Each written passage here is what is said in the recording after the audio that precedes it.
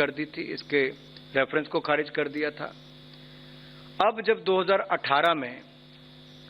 तेलंगाना सरकार ने केवल आंध्र प्रदेश और तेलंगाना के बीच जल बंटवारे को सीमित विषय पर भारत सरकार के समक्ष नई कंप्लेंट दायर की है तथा सुप्रीम कोर्ट में दायर अपनी रिट याचिका वापस कर ली, तो इसी परिप्रेक्ष्य में second Krishna water dispute tribunal ने आंध्र प्रदेश और तेलंगाना के बीच कृष्णा नदी जल विवाद के बंटवारे के लिए समाधान के लिए नए टर्म ऑफ रेफरेंस देने का निर्णय लिया है। इसके अंतर्गत ट्रिब्यूनल अविभाजित आंध्र प्रदेश को कृष्णा नदी से आवंटित जल में से दोनों राज्यों के लिए बंटवारा करेगा जल का,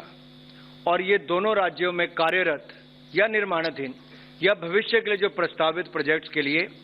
प्रोजेक्ट वाइज वाटर एलोकेशन करेगा। तो ये भी तेलंगाना की जो एक मांग थी वो भी आज पूरी की गई उस तरह से। एक और विषय जो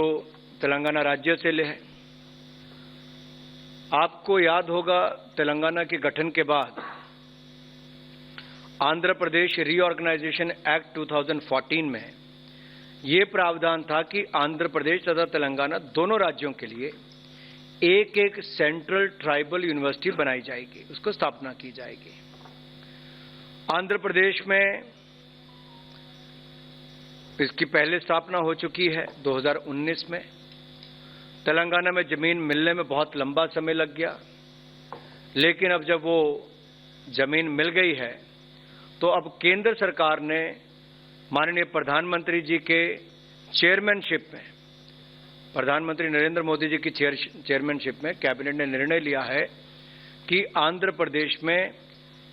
889 करोड़ की लागत से सेंट्रल ट्राइबल यूनिवर्सिटी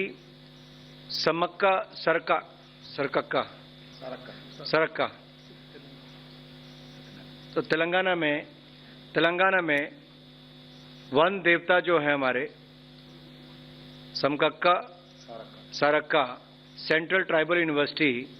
इसको खोलने का निर्णय लिया है। इसके विस्तार में माननीय किशन रेड्डी जी आपको बताएंगे।